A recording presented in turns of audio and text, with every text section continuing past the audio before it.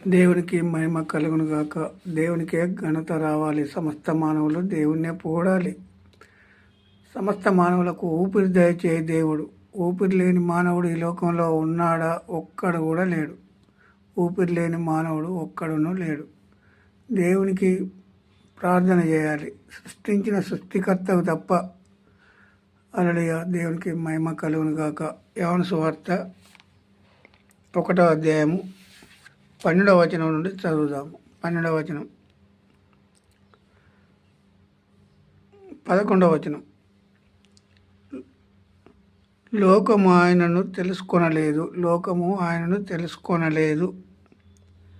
ఆయన తన స్వకీయుల యుద్ధకు వచ్చెను. ఆయన స్వకీయులు ఆయనను అంగీకరింపలేదు. ఆయన స్వకీయులు ఎవరు? ఇశ్రాయేలు ప్రజలు, యూదులు. వాళ్ళు అంగీకరింపలేదు. ఇప్పుడు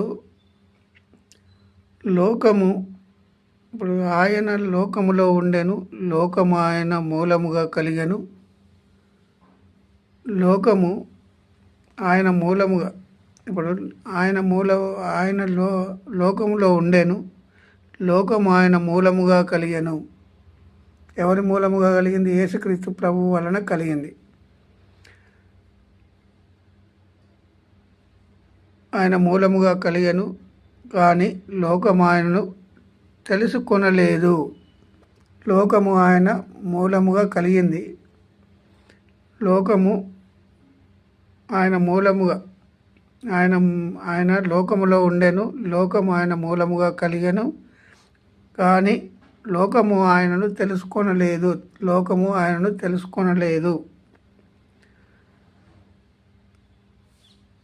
ఆయన తన స్వకీయుల యుద్ధకు వచ్చెను, ఆయన స్వకీయులు ఆయనను అంగీకరింపను లేదు. తన్ను ఎందరు అంగీకరించరో వారందరికీ, అనగా తన నామం నందు